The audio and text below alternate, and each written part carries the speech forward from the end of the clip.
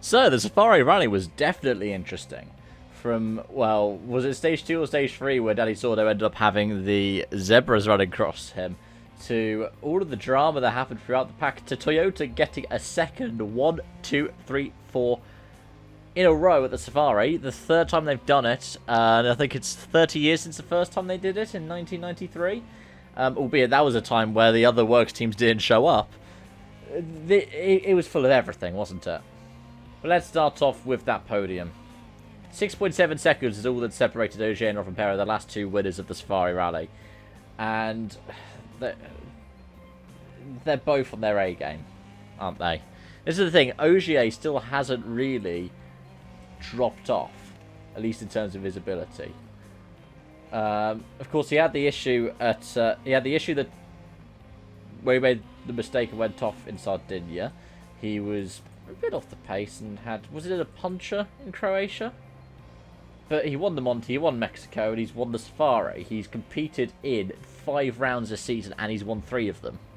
And that's not just, you know, colour being a road sweeper or anything like that. That is his pace.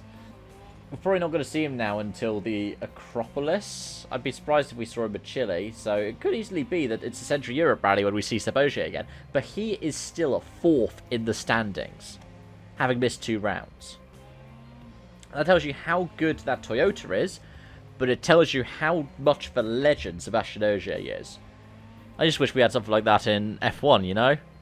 So that if Verstappen does get bored, he could do a part-time season, then come back and just win half the race of the season, then do the other half doing whatever the hell else he wants to do. But yeah, there was bad fortunes for some people. Neville, for example. Lappy with the drive shaft going, that was a really rotten piece of luck, and especially because I think Neville said that's been an issue throughout the existence of the i20N hybrid Rally 1 car. But I think Beatable said in an interview with Dirtfish, he said he hoped it had got away and it was just a freak mistake, but it's happened to EP twice this rally. And it's the same spec as it was in 2022. Yeah, Neville was it shocks, but he still managed to recover an 8th place finish. Tanak and Lube were afflicted by punches. I think Lube got 2 yesterday, didn't he? Sordo himself had a puncher as well, I think.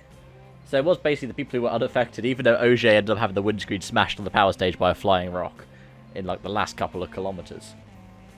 But elsewhere, the top 10 was rounded out by Kaito Kotanovic. That's, I think, the 2nd time in a row now that he's won WRC2 at the Safari. Oliver Solberg closed out the top 10, though, of course, isn't competing for championship points. Well, yeah, for WRC2, but he gets another World Rally Championship point. But the rest of WRC2, well, it was Prokop in 11th, Tundo in 12th, Kramer in 14th. Then Feast took it in 16th, behind Dominguez as the lead WRC3 car. What it means for the drivers' standings in WRC, 37 points is Color from Perez's advantage now. With 6 rounds to go, it's looking like it was 12 months ago, a matter of when, not if, he becomes a 2-time world champion.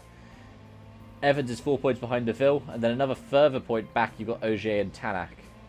In the manufacturers, it is Toyota 42 points clear of Hyundai. That is a lot more of a...